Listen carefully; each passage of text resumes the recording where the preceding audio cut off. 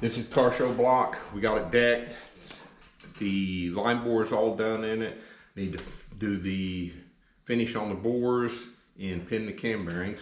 One thing I do, I don't know how many people do it, but when you buy a Sunnon hone, they send this bar to hold it. It's got these sharp edges or the round part. If you stick it in here, push it down against the mains, it leaves marks and stuff. I just made some nice little aluminum deals to stick in there. They don't fit every bore exactly, but they fit close enough that it's pushing aluminum against it instead of steel, and it doesn't dig into the block. I don't understand why they do what they do, but that's what they do. So we'll get it set up here in the home.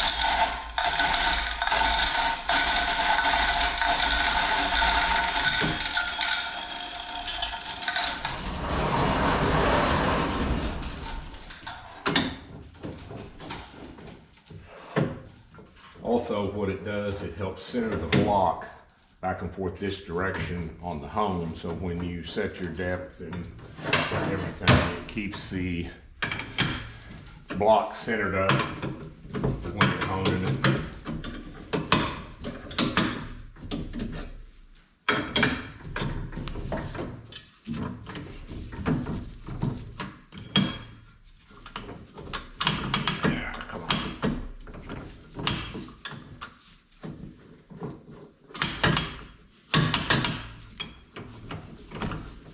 There we go. Yeah. Get it stuck up in there good. Tighten these down. And we got a deck plate on it. And set the dial bore gauge.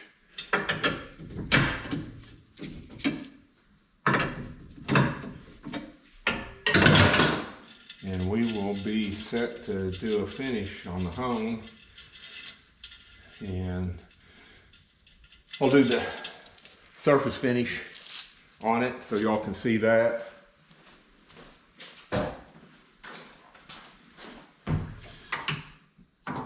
Locked over here. Always put a little lube, some kind, on the threads.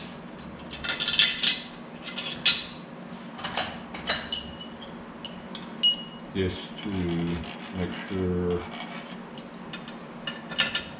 doesn't got galled up or anything.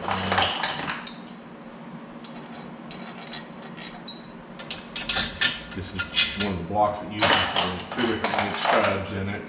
Got a couple of short ones here and here. The rest of them are long, like the later model LS blocks.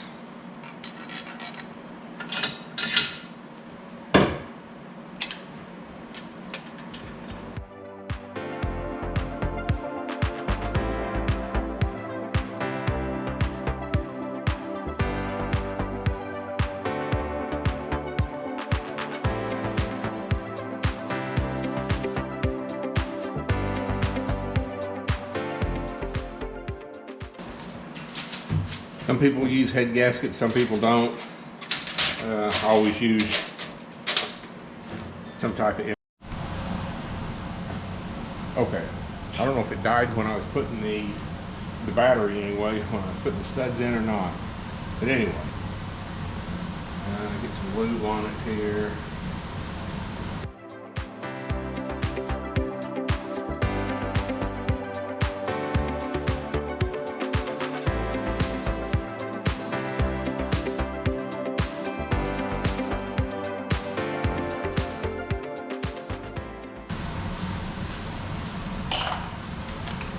Impact just to run them down.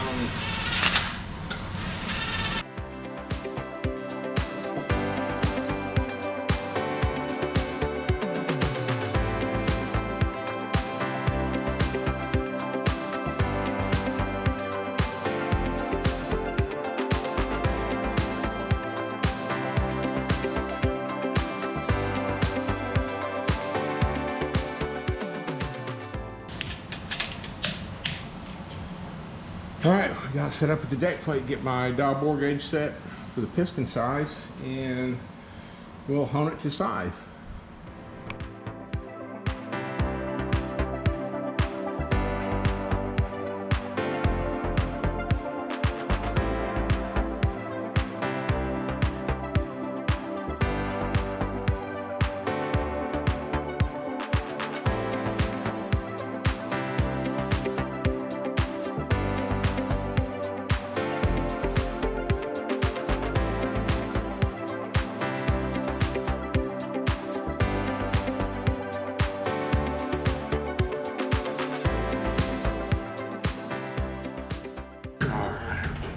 Next one, rough it in.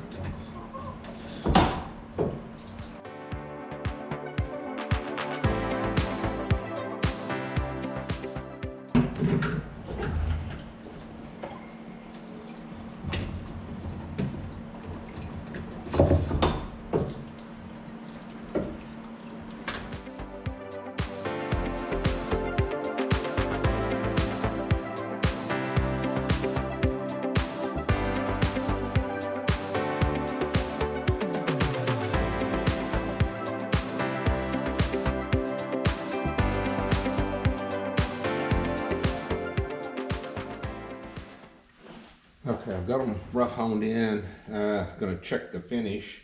Use a little brake clean here to clean the oil off.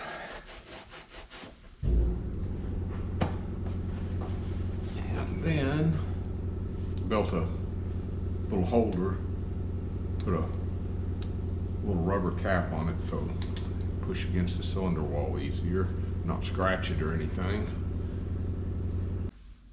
To see what goes on when you hone a block with what stones and how much pressure and that type of thing really seems to make a difference in the way the finish comes out. Here's what the numbers look like on a freshly bored cylinder, stock type block. With my boring bar. That's the numbers I get before I hone it.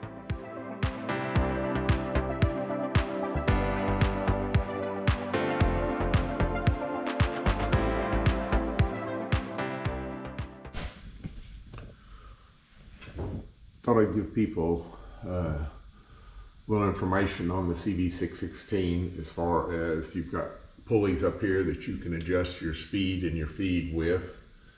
You move the belts up and down to whatever speed and feed you're trying to do.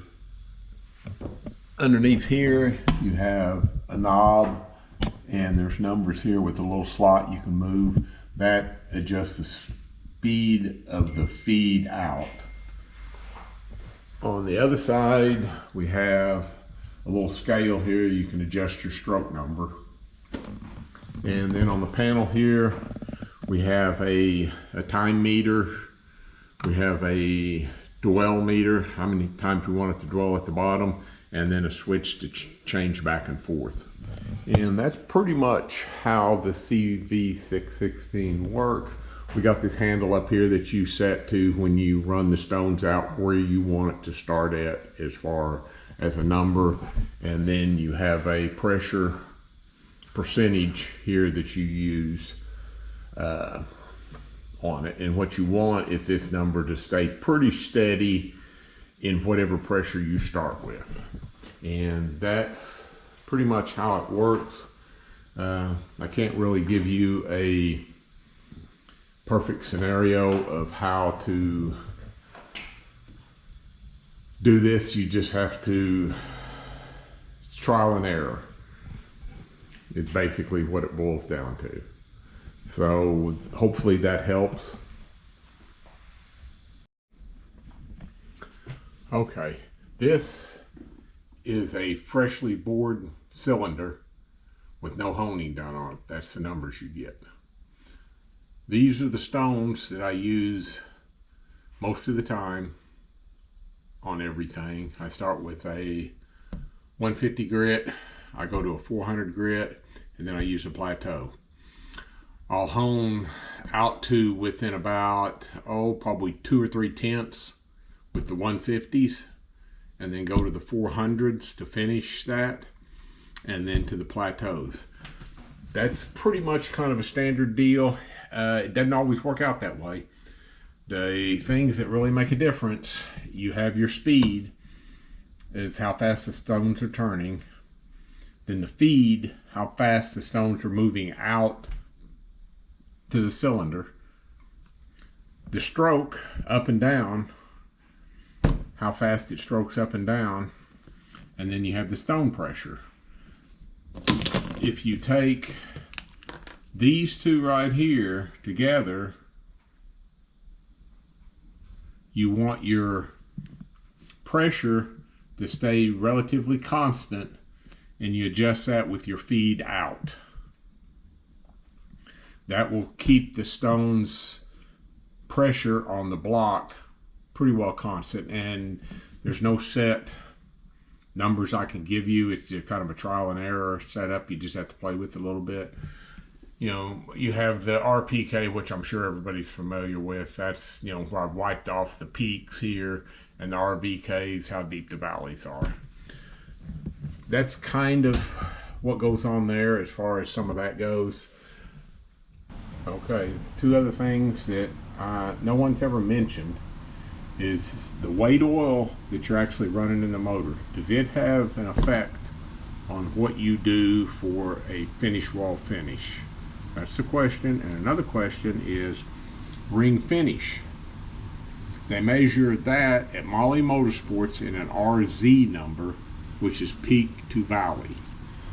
So is that a factor that people need to figure in when you are doing your cylinder wall finish? I've dynoed a lot of 305 Race Saver engines, which is basically all the same type setup, stock block stuff. Use the Molly Motorsports pistons. So I've got quite a bit of data on cylinder wall finishes and actually dyno them, blow by that the motors make. And my honest opinion is that some of that does make a difference. What you do with the cylinder wall finish and what weight oil you run tends to make a difference in how well the motor seals up. That's my opinion. People have different opinions, but that's mine as of right now. It could change if somebody can, you know, give me some data that shows different. But right now, that's my opinion, and so far, I'm pretty confident that those 2 things do make a difference in what you do with cylinder wall finish. I appreciate everybody watching. Leave some comments if you've got some questions. Feel free to leave them. I'll do my best to answer them. If you disagree, that's fine. Leave a comment. We can talk about it. I'm open for any kind of suggestions anybody has out there. That's the way you learn, is to listen to everybody else's opinions and figure out, you know, who's got the right idea and who's got the data to back up what they're saying. Here's a small block Ford that I have on my dyno. I'm going to do a video on dynoing it and tuning it. But what I really wanted to show you was I've got my blow-by meter hooked up.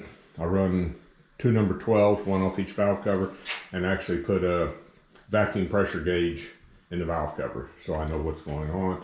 The hose runs up over the deal. I've got a filter tank here to keep all the carbon particles, oil particles, whatever's in the oil vapor out. And there's my meter. I check it on every motor I build, and that's how I kind of determine what to do on some of the ring finishes. I'll do a video on this probably. I'm going to try to get it dynoed next week, so we'll have some footage of it, tuning the carburetor and timing and a few other items that I do when I'm dynoing a motor.